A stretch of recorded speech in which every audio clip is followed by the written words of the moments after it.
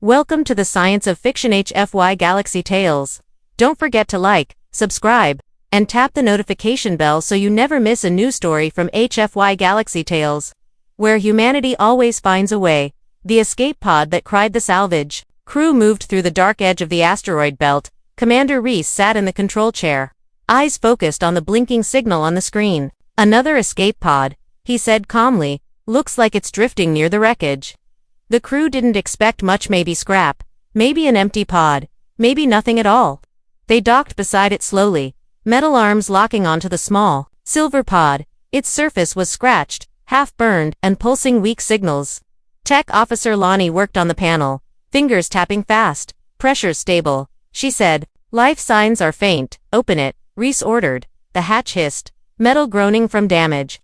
As soon as it opened, they heard it, a high-pitched scream, sharp like glass breaking. Inside, crouched in the far corner, was a tiny alien girl. She was smaller than a human child, skin pale, silver, glowing softly under the emergency lights. Her eyes were huge, filled with panic and terror. She held a broken piece of pipe like a knife, her arms shaking. No, no, no, she cried, her voice trembling. The translator unit in her pod crackled, struggling to keep up. Finally, it spoke. Please, don't eat me. Please don't eat me. The crew froze. Reese raised his hand, motioning for everyone to stay still. We're not going to hurt you, he said gently. The girl backed into the corner, still shaking, still pointing the sharp pipe toward them. She was terrified, truly terrified, like she believed they were monsters. Reese spoke again, slower this time. We're not monsters, we're human. The translator buzzed, then translated again. The girl's ears twitched, her eyes wide, but she didn't lower the pipe. Please, she said, I don't want to be cooked. Someone in the crew whispered, cooked. What did she think we were? Reese sighed. Get her some water and something soft to sit on. Tech Lonnie placed a blanket and a bottle near the hatch, but the girl didn't move. She just watched with suspicion, her eyes never blinking. After an hour, the crew gave up trying to talk. They closed the pod but kept the outer door open so she wouldn't feel trapped. They turned off the lights, hoping the darkness would calm her. Still, she didn't sleep. The next morning, they tried again. Reese went in with a translator box, placing it slowly on the floor. She stared, curled up in a ball, near the back of the pod. He didn't say much, just left the box and walked out. But someone else had an idea. Juno, the quiet one, the ship's engineer, brought a small music box from his storage locker. It was old, rusty, and played a soft tune when opened. He placed it near the girl, turned it on, and walked away without saying a word. The alien girl didn't move at first, but after a few minutes, her head tilted slightly. She crawled slowly toward the sound, sniffing like a small animal. The music played a soft melody, something gentle and strange. For the first time, she didn't cry, she didn't scream, she just sat there, listening, eyes blinking slowly, and then she fell asleep beside the music box, her small body wrapped in the soft blanket. From that moment on, something changed. She still didn't trust them, but she no longer saw them as monsters. Juno placed the music box beside her every day. He didn't speak, didn't force her to move. He just sat nearby and let the music speak for him. And slowly, the tiny alien girl stopped shaking. She still hid, but not with fear, more like habit. She watched the crew from her corner, studying their faces, their food, their laughter, and the next time someone entered with food, she didn't scream. She just whispered to the translator, "Is it safe?" The human who didn't bite the next morning. The alien girl peeked out of her pod before the lights turned on. Her silver skin glowed faintly in the dark, and her eyes darted side to side. She looked for him, the quiet human who brought the music. Juno was sitting at the workbench, eating alone. He didn't look up, didn't speak, but he placed a small wrapped object on the table across from him. It was a soft piece of bread with honey on top. He pushed it forward, then continued, eating his own food. The alien girl stepped out slowly, holding the music box close to her chest. She moved one small foot at a time, her body tense like a frightened animal.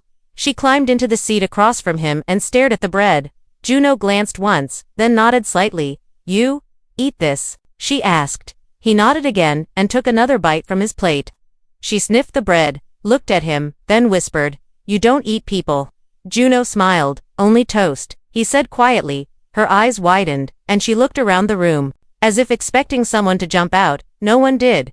She picked up the bread with trembling hands and took a tiny bite. Her face changed, her eyes closed, and for the first time, she sighed with relief. She ate slowly, and Juno stayed quiet. He didn't rush her, didn't ask questions, just let her sit and chew. When she was done, she pushed the plate toward him, and said, "Thank you." That was the first real conversation they had. Later that day, she left her pod for the first time without being carried or coaxed. She followed Juno around the engine room, watching as he fixed wires and adjusted machines. She didn't talk much, but she watched everything. Juno started calling her Kizzy. After a name printed on her escape pod, she didn't correct him, so it stuck. She liked the way it sounded when he said it. It was soft, not scary. At dinner, Kizzy sat quietly next to him. The rest of the crew stared, unsure what to make of it. Reese leaned over and asked, "She okay?" Juno simply nodded. "She's learning." Over the next few days, Kizzy began to explore the ship. She stayed close to Juno, always a few steps behind. She touched buttons, sniffed strange smells, and asked simple questions. "What is this? Why is it hot? Why does that spin?" The crew answered gently, slowly gaining her trust.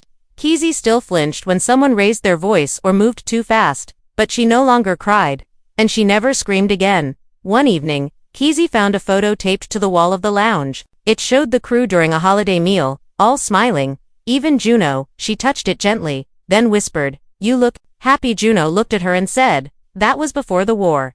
Kizzy sat down beside him, her legs swinging above the floor. "My people said humans eat anything," she said softly.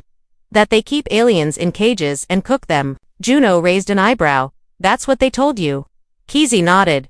"But you gave me music, not a cage." He smiled faintly. "Music's better than fear." She nodded again. "Yes." She turned and looked at the stars outside the window. "You are not what I thought," she whispered. Juno didn't reply. He didn't need to. From that day, Kizzy started helping with small tasks. She carried tools, organized parts, and even fixed a broken scanner using her tiny hands. The crew started calling her Engine Mouse. She didn't mind, and though she still stuck close to Juno, she smiled more often now. Sometimes she even laughed soft, sweet sounds that echoed down the ship halls. The girl who once screamed and shook now danced through wires and shadows. And all it took was a little music and a human who didn't bite. Her protector now. Weeks passed, and Kizzy was no longer just the alien girl. She was part of the crew. She had her own small jumpsuit, her name stitched across the front in crooked human letters. She still couldn't reach the top shelves, but she knew how to fix more systems than half the team. The ship, Vulture's Hope, felt different now. The halls were warmer, the laughter louder, and in the center of it all was the girl who once begged not to be eaten. Kizzy followed Juno everywhere. He never told her to leave, never pushed her away. She stood beside him in the engine bay, on the deck, and even during command meetings. She didn't speak unless needed, but when she did, people listened. One afternoon, they received a distress signal. A nearby freighter had been ambushed by pirates. Reese gave the order to help. Juno's face didn't change, but Kizzy grabbed his sleeve. "Pirates," she whispered. "Are they the ones who?" He nodded slowly. "Maybe." Kizzy backed away, trembling. Juno kneeled down and placed a hand on her shoulder. "You don't have to fight," he said. Kizzy looked up, her small hands balled into fists. "I don't want them to hurt anyone else," she said. "Not like they hurt my people." When they reached the freighter, it was nearly stripped. The pirates were still nearby, circling like vultures. Reese hailed them, warning them off, but the pirate captain laughed through the cums. "You've got something I want," he said. "A little silver thing in your hold." Kizzy froze, eyes wide. "They tracked me," she said. "They want me back." Juno stepped between her and the screen. "You're not cargo," he said. "You're crew." Reese armed the defense grid, and the ship jolted as the first shots were fired. Kizzy didn't run this time. She ran straight to the control deck and slid under the console. Her small fingers moved fast, reprogramming shield patterns and diverting power. The crew watched in awe as systems came online faster than usual. "Who taught her that?" someone asked. "She taught herself," Juno replied. When the pirates boarded, Kizzy didn't hide. She activated security traps, slammed doors shut, and sent false signals through the halls. One pirate shouted in confusion, "The ship's haunted." Reese laughed. "No, it's just smarter than you." Juno and the others pushed back the intruders. Kizzy sent one final surge through the main corridor, and the pirates ran. when the ship was clear. The crew cheered, but Kizzy stood, frozen, heart pounding, eyes wet. Juno kneeled beside her again. You okay? She nodded. They're gone, he smiled, because of you. The crew gathered around her, clapping and cheering. Someone lifted her onto their shoulder. And she smiled shyly. I didn't know I could be strong, she said. You were always strong, Juno replied. You just didn't believe it yet. That night, the crew gave her a badge small and round, engraved with her name. She held it close, sitting beside Juno in the lounge. Do humans really eat everything? She asked playfully. He laughed, almost, but not friends. She leaned her head against his arm. You are strange, she said, but not monsters. Juno smiled. And your family now. Kizzy closed her eyes, listening to the hum of the ship. For the first time since she left her destroyed world, she felt safe. Not because of walls or weapons, but because someone had chosen to protect her without wanting anything in return. And in return, she had given them her trust, her courage, and her heart.